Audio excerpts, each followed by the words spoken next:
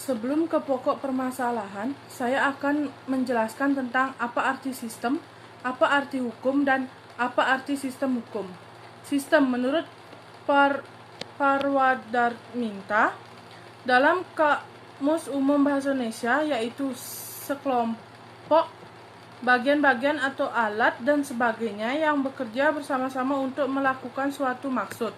Menurut Prajudi Atmosudirjo, sistem adalah suatu jaringan dari prosedur-prosedur yang berhubungan satu sama lain menurut skema atau pola yang bulat untuk menggerakkan suatu fungsi yang utama dari suatu usaha atau urusan.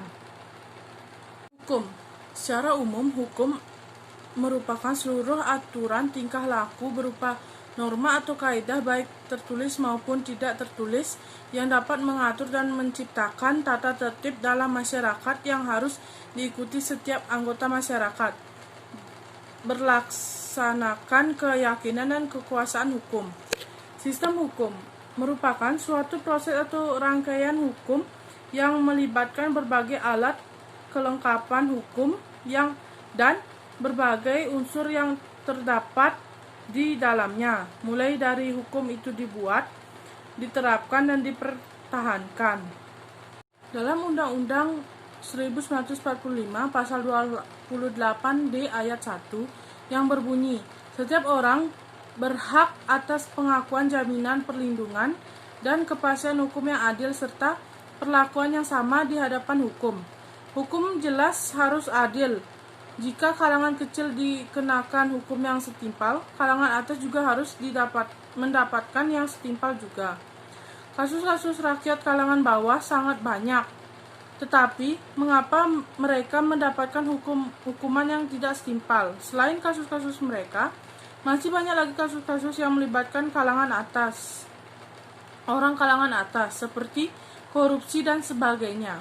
Orang-orang yang melakukan korupsi mendapat hukuman hanya sebentar atau singkat.